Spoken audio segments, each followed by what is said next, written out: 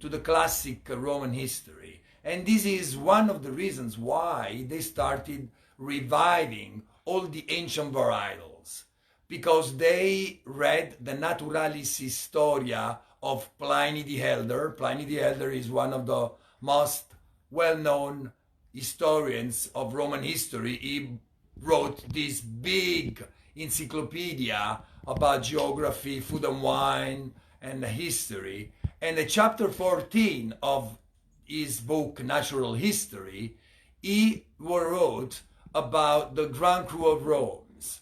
So he said, the Romans, on their way from Rome to Pompeii and Capua, they used to stop in three areas, Caulinum, Falernum, and Trebulanum.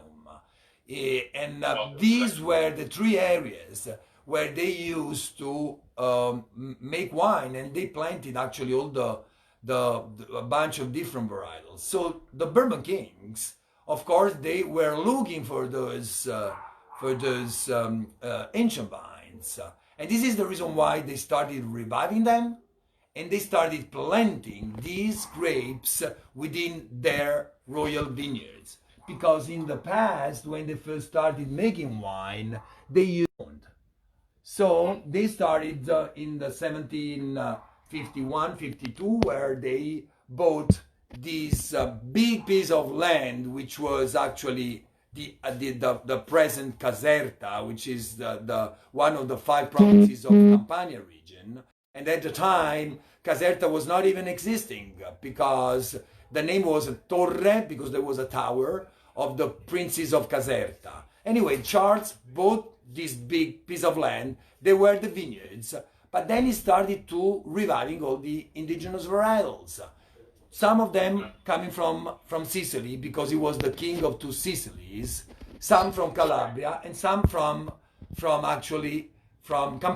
And Palagrello Bianco and Palagrello Nero, they all assume were those grapes that then, throughout the 2 centuries, of course, they've been transformed into, different clones, but they used to call them Palagrello Bianco and Palagrello Nero, Piedimonte Bianco and Piedimonte Nero. So it's pretty interesting that they were really focusing on quality, and you can tell that because of a bunch of different reports that their subjects and the people who were responsible for the vineyards, and the orchards, they were always writing reports to the king. And in 1826, Cavaliere Antonio Sancho, who was one of the most important, I would say, responsible of all the land here in northern Campania, he wrote to the king a report saying the wines that we're making are mediocre. So that made sound a little awkward, a little weird. So I was saying that they were focusing on quality. So why all of a sudden it happens that one of these reports says the wines were mediocre? I think that's a good sign, because these guys realized, comparing their wine to the wines that their cousins from France were bringing over, and even the Granducato di Toscana, Leopoldo was the queen's brother. So even in Tuscany, they were doing a marvelous job. So they could not stand the fact that these guys were coming from up the north, coming down south with their own barrels and with their own wine.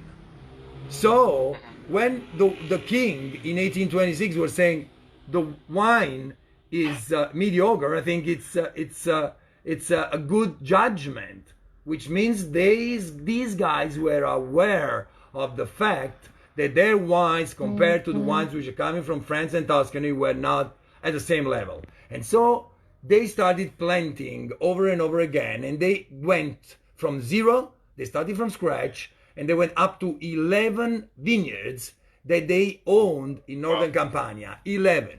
So Torretta, Pomarello, Vigna del Ventaglio, Arcone, Spigonardo, San Silvestro, in Alife, which was, a little far away, 12 miles, they had the Alife vineyard. Anyway, so up to 11 different vineyards with all indigenous varietals. So this, I think, is very, very important. And don't forget that, just to connect to the American history, that when Franklin came over to Bordeaux, I think that was in 1787, and he wrote a bunch of notes about the Grand Cru of Bordeaux, So the Franklin was connected to Filangieri, who was one of the most important professor of economy in southern Italy. So Franklin was writing letters, and if you just Google that, you see Franklin and Filangieri. There was a correspondence between the two of them. So even the Americans who are so involved in the wine business, like today, even their presidents, in the past, they showed interest towards the European varietals. And for me, it's very important to notice that, that even one of our most important professors, he was speaking, to Filangieri, was very much impressed about what the French were doing at the time, in France. So going back to our history, and we have to assume by what we have, what they left, and all the vineyards which have been left here, that they were really involved in the wine industry and trying to make quality. So in most of that quality, mainly when you're thinking about Pellegrino Nero, was always that perspective of battling and challenging the Bordeaux wines, and that kind of perspective, making the Barolo, that approach of the Barolo of Campania at that time, because a lot of times we think Aglianico has always been like the Barolo of Campania, but actually before that, Pellegrino Nero, till the end of the 1800s, was actually the grape that would be compared to those wines, correct? Yeah, this is correct. And I would say if Aglianico is the Nebbiolo of the South, yeah, exactly. So we can easily say that Pellegrino Nero is the Pinot Noir of the South. I like that. We can say that today. In the meantime, so then with that, like you're wearing a shirt, talking about garments and talking about silk. So the Alois family was very important with the silk trade and everything. And it's something that silk can be found in the Louvre, can be found in the White House, correct? Yes, that's correct. So just going back to history, the Bourbon Kings from southern Italy, they were competing with their cousins all over the world all the time. So all those families at the time were connected. So the Spanish, the French, the Maria Teresa d'Austria, who had, I think, 16 or 17 children, and he distributed them. She spread them all over.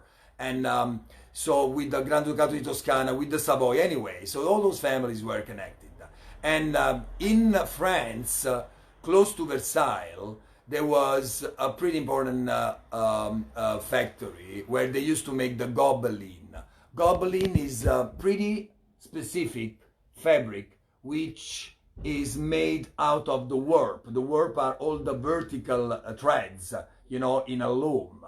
So, and you make this kind of fabric by using all different colors in the warp, okay? And usually the Gobelin is kind of heavy fabric that you use for upholstery. So the King of Naples, they wanted to do a better job, and rather than buy fabrics from all over Italy, they started developing the silk industry in the south. So number one, they imported a very important machine for spinning and twisting the threads. Because don't forget that threads can be used in a loom if they've got elasticity. And some of them, like linen and even cotton, and especially silk, they are not elastic because it's just one exact. I mean, especially silk, which is almost it's less than a mile, sometimes more than a mile, but it's one big piece, long piece of thread. I'm sorry to interrupt you. We have Bruno de Concilis is right here. Oh, really? Are you kidding? Let me see. He's watching us, but we spoke a few. Oh, I want to see. I'm pretty. I'm pretty close to Bruno, and he's pretty close to me as well. We get along pretty well. So let me just going back to the threads. Okay. So in order this machinery from Piedmont, and they installed it, and they started to spin and twist the threads here in the south. So the Alois family was involved in that because they built this city close to the royal palace of Caserta, that I invite you guys to come over down south, and there is this big palace with a big, huge park, and that was supposed to be the brand new capital because Naples was on the coast and it was too vulnerable, it was too exposed to the, to the boats, especially the English boats we were coming on the Gulf, trying to conquer the southern Italy. So they, in order to protect themselves, they thought in the very beginning, to move the capital, inland. So according to the project, Caserta must have been the new capital. And so that's why the palace that they built is huge, is as big as Versailles, and the park is even bigger. So close to this big palace, they built the royal vineyards, like I was saying, one of those very important vineyards were and in the middle of the square there was of course the church, and then in the surroundings there was all the mill, the manufacturing plant, and they even built the houses for the workers. They built a school. I mean, they just did a bunch of things in order to provide welfare to the population, which they started from scratch with 5 families in 1773, and then they went up to 800 people in 1860. Anyway, the Alois family was always, part of the court, and we got involved. I mean, my great grandfather in 1845, he got involved in the manufacturing plant, in the silk manufacturing plant of the Bourbon King. Been involved in the silk industry. But that was a conflict for your family during that time, because when the Bourbon family had to leave, your family was a little bit attached to leave Exactly.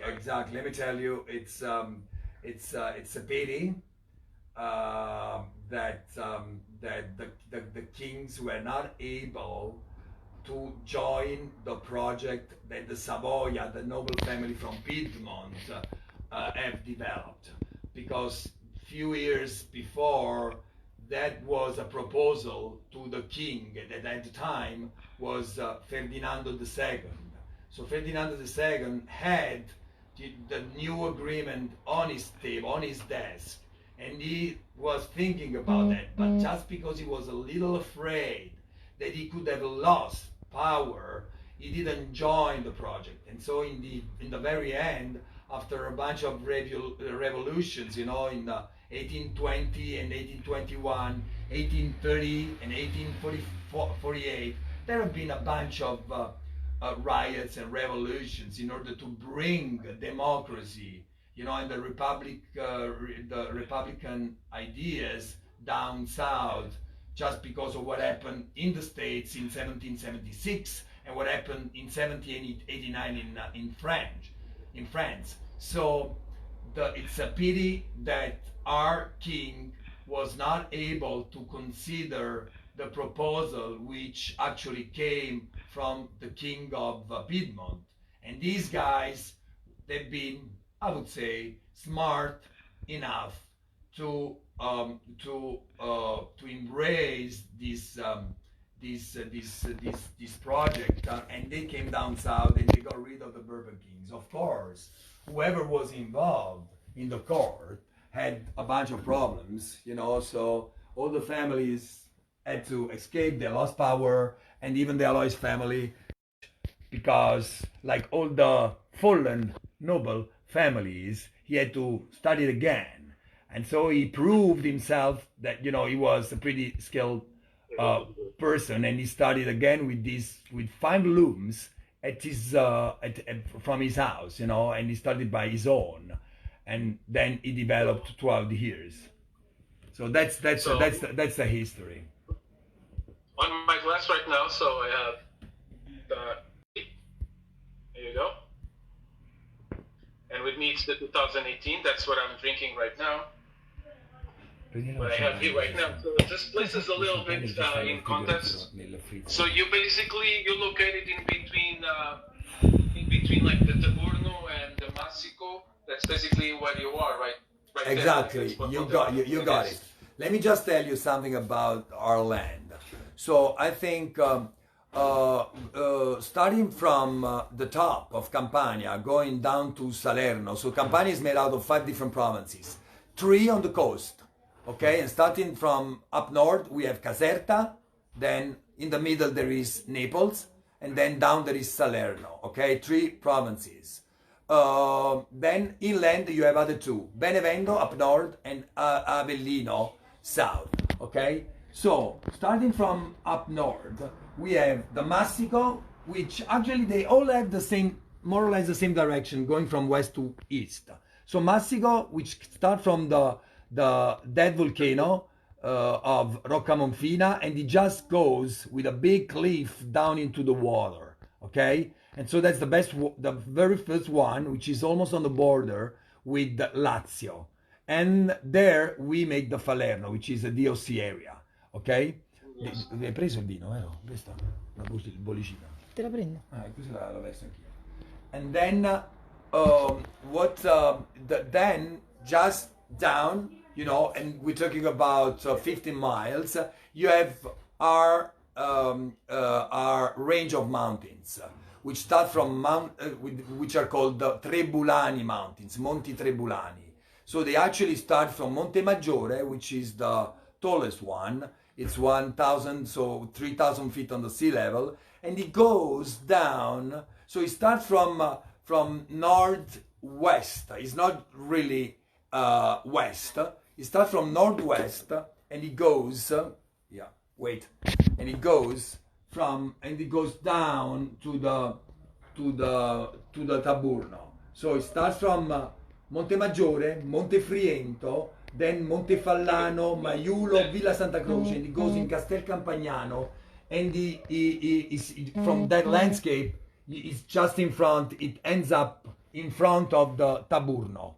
Then, yeah, so this is the area where we are. So this is the Palagrello Bianco and Palagrello Nero area, and actually that was one of the areas where the Bourbon kings used to go out for hunting, because that was the only entertainment that they had at the time. They didn't have, computers.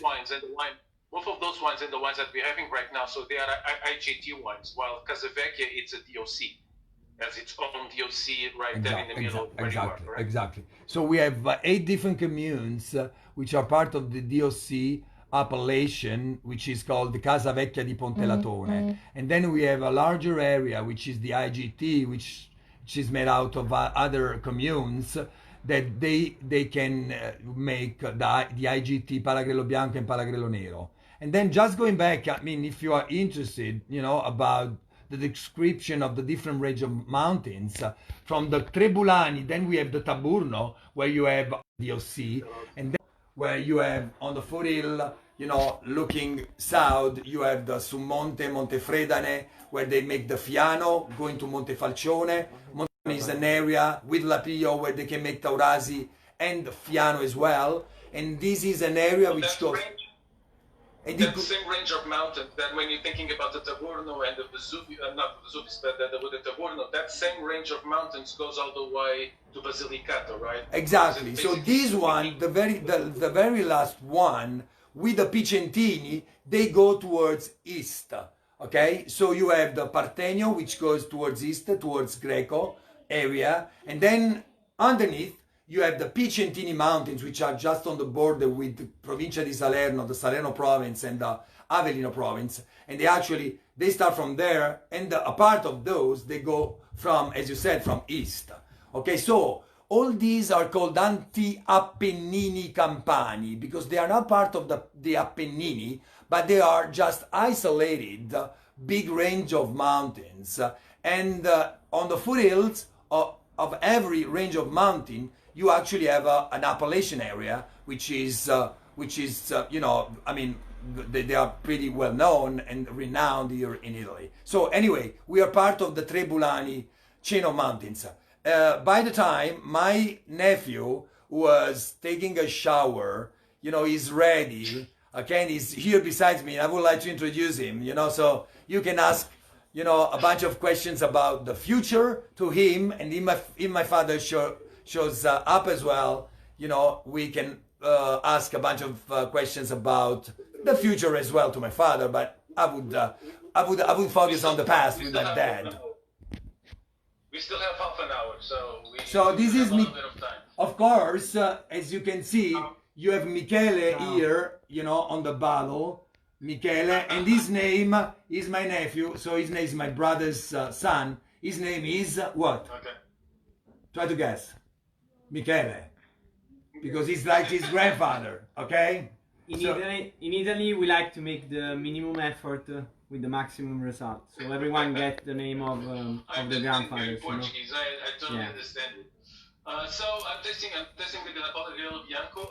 So when we think about the Palagrillo Bianco, it's tiny clusters, correct? Like very compact clusters. Normally, what they have, if they have the dot, a black dot, right? Exactly. So underneath. dot. Yeah, exactly. So it's pretty easy to recognize because the bunch, actually, the morphology of the cluster, it's not.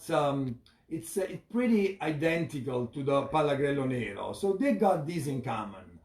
So it's a pretty short size. It has got some shoulders, you know, on the top, and every berry has got this black dot, you know, underneath.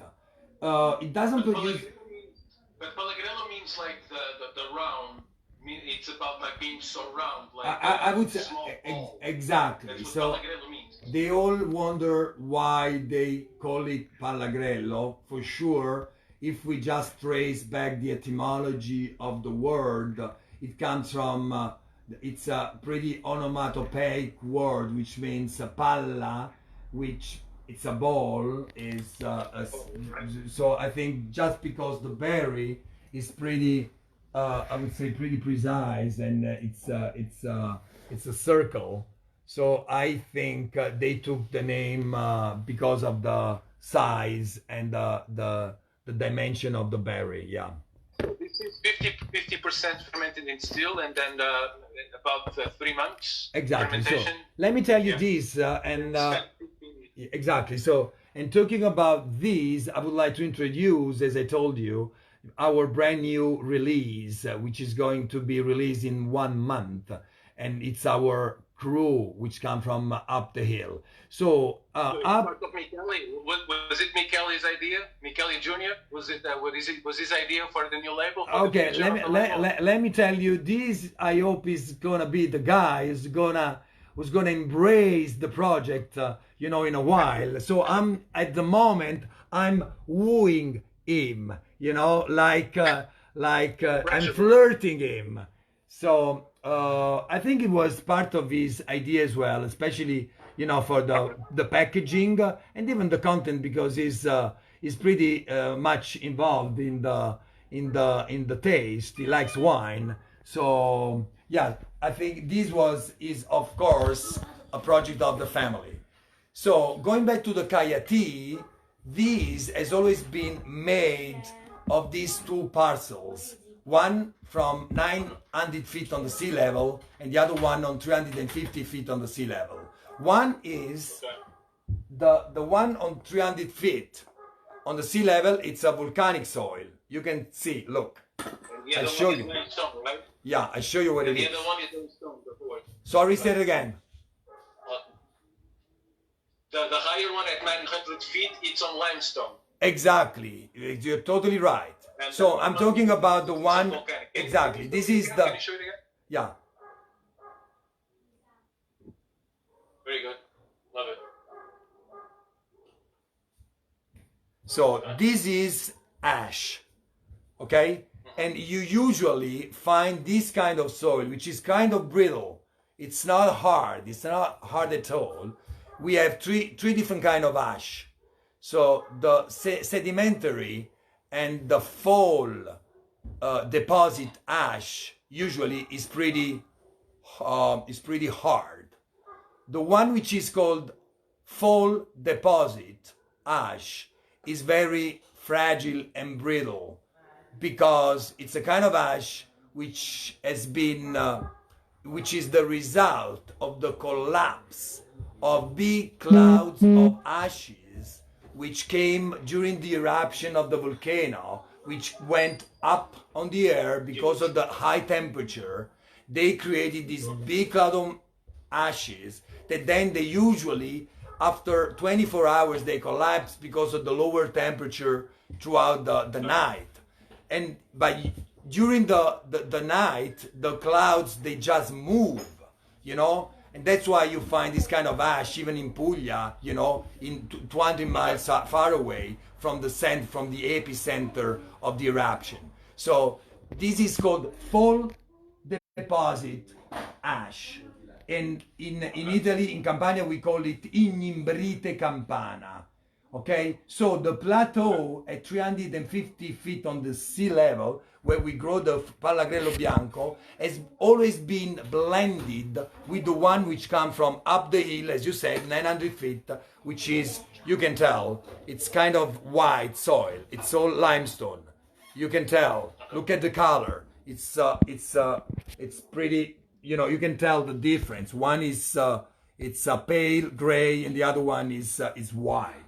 Okay. And you think those kind of soils and everything that you're just telling me, mainly because of the volcanic soils, that helped Pallagrello Bianco and Pallagrello Nero actually to survive phylloxera? Yeah, exactly. So all the ancient vines which have been found in the last 40 years, 90% of the times they've been found up on the hills. I mean, as you guys know, they've been survived usually because they're close to the beach because of the sandy soil, or up on the hills because of the higher altitude. So yes, see, this is the reason why we spread these new cuttings that we took from these ancient vines up on the hills, because that was his environment. You know, when we first found these big trees, big vines, that because of the size, we all assumed they were almost 2 centuries old. So, and I was telling you, so we have always blended the one which come from up the hill and the one which come from the plateau down in the volcanic soil. So limestone and volcanic soil together blended. This year, I mean, started from year 20. Actually, we have always done it, but we have always was not ready.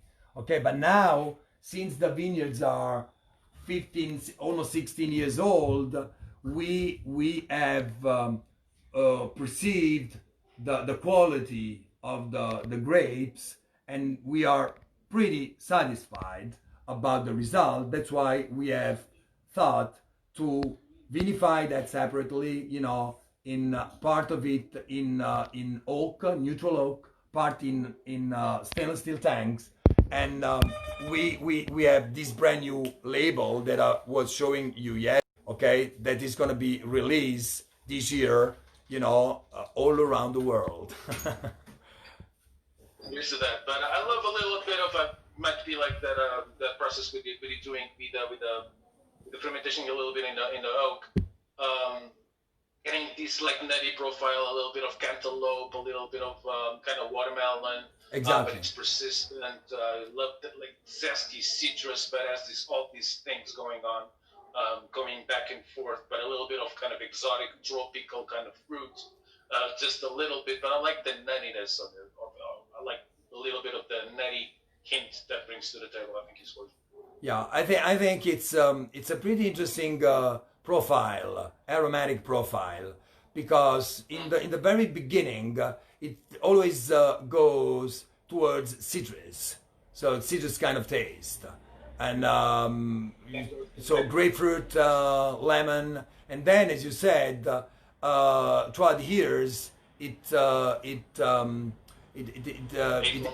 exactly it gets all these kind of I mean, let's say most of whites after a certain period of time get that, and it gets that as well, but it gets the almond that you said, some tropical aromas, but it's I think this is my opinion, drinking this wine after 12, 13 years, 14 years. So we've just opened a 2009 a few days ago, you know, with a bunch of friends and a bunch of professors which came from up north, and it always keep this citrus aromatic profile, which gives a freshness to the wine that I think makes this grape pretty interesting. We're tasting 18, like, I know, like Michele just came from probably from the vineyards, he took a shower. Michele is here. So Exactly. Michele was just waiting you to mention his name and to get, you know, inside. So, can you join us? let's see if we can. Vai. Michele. Davide, come fai? Vabbè, vai. Piano, piano, piano. Ok. No, Michele. Allora, apri un po' tu, Vince, queste qua. So I'm gonna pour a little wine. I was waiting for my father before opening the wine. So, Bruno, you can ask a few questions to my father about number one, the future, and number two, about the past as well. Okay? Okay. And I will let my nephew. So we have here 3 generations. Okay. So altogether we almost make 200 years. Okay. So, and this is a pretty unique occasion, you know, event for us as well. And we thank you guys for this, you know, incredible opportunity that you're giving to us, you know, to My pleasure. yeah, My pleasure. thanks a I lot. wanted to do this So for quite a while, so. thanks a lot. So I will let Michele, because unfortunately my father, you know, is not really involved in you know, it doesn't really, he understands English, but he's not fluent, let's put it that way, you know. So I will let Michele to translate what he says, okay? So I just sit on the side and I'll let Michele to get in, okay? Okay. Okay, I'll try my best to Mettiti al centro. traduce all the On my questions. glass right now, I have the Casa Vecchia, the Riserva, the Terbolano. Trebulano. Ok, sta bevendo il Tribulanum adesso. Terbolano. So tell us a little bit about Casa Vecchia. What was the work of Casa Vecchia for you? Like, what it means, Casa Vecchia, of course, for the family and all the history. Tell me a little bit about this Casa Vecchia. Ok, se racconti un po' la storia del Casavecchia, che cosa vuol dire Casavecchia, da dove deriva? Quando l'hai piantato, vai. Italiano, in italiano. Fai piccole frasi e lui traduce, se non si capisce niente. Piccole frasi, vai. Sì, ma come in inglese? In non- italiano. Lo traduco io, in piccole frasi. Anche Gianfrancesco. La casa vecchia si dice casa vecchia perché c'era un ceppo cresciuto in il tempore in questa casa vecchia che abbandonate e di conseguenza poi ha preso un po' la linea di vinificare questo tipo di vitigno, e la storia ci racconta appunto che questo ceppo è nato da questa casa vecchia, vino che Ok, so... I can understand a little bit. Let me just see if I understood a little bit. Okay, Because yeah. From what I remember, I think it's saying like the Casa Vecchia, like the old house, like basically that's what the word came from, Casa Vecchia, like old farmhouse, right? Yeah, So exactly. that's the tracing of the grape itself, correct? Yeah, that's where basically the first raw fruit was found. At least this is a kind of a legend. That's what they say, you know. So the fruit was next to this house, and so the name comes from there. And what my grandpa was also saying, so it all starts from there, but then they basically got it back and during the last 20 years they all did actually him together with some other entrepreneurs or farmers, you could say, from the area. They got together and tried to renew this wine, and now this is what we got. This wine comes from different parcels, right? It comes from the different vineyards in different altitudes, having one with clay and the other one, of course, with volcanic. So, like, how it's been, like, I'm tasting the 2013 right now, like, and it's showing beautifully. Like, I opened it, I actually did with my caravan, but I would like to see, like, I open it, like, in the glass, it's been, like, for about 2 hours. How have you seen, like, the evolution of Casavecchia through all these years? Ok, intanto sta provando il Casavecchia del 2013 e la sua domanda è com'è che si è evoluto questo vino durante gli anni, quindi com'è cambiato? E innanzitutto c'è avuto una grande passione per poter far conoscere questo vitigno e non è stato facile, per cui è un vitigno sconosciuto, un vitigno che non se n'è mai parlato. Adesso invece stiamo portando avanti un certo discorso per poter far conoscere meglio in tutti i suoi requisiti, in tutte le sue bontà che ha questo vitigno, che effettivamente in seguito andrà sempre avanti e rigogliosamente portarlo sempre nel modo migliore. Okay, so basically it has been a great challenge for this wine all around the world. This is because, of course, this is a regional variety, so 2 different vineyards, so the evolution has come together with trying to get the awareness of the wine all over, which is what usually happens, because the commercial side of it, so wine all over, comes together with putting passion and trying to change the wine according both to the we can say the taste of the consumer, but also to what the ground and the field tells And you. again, this wine, so we're talking about, like, to remind Aldolino. Yeah. And so we're talking about the wine that it's aged in large oak in the bodies, so in the bodies, correct? For 2 years, and then spends 2 years in the bottle, correct? Exactly, yeah. So I'm always getting this kind of a smokiness to it. Is that normal, having that a little smokiness approach in Casavecchia? No? Vuoi dire tu? Vedi?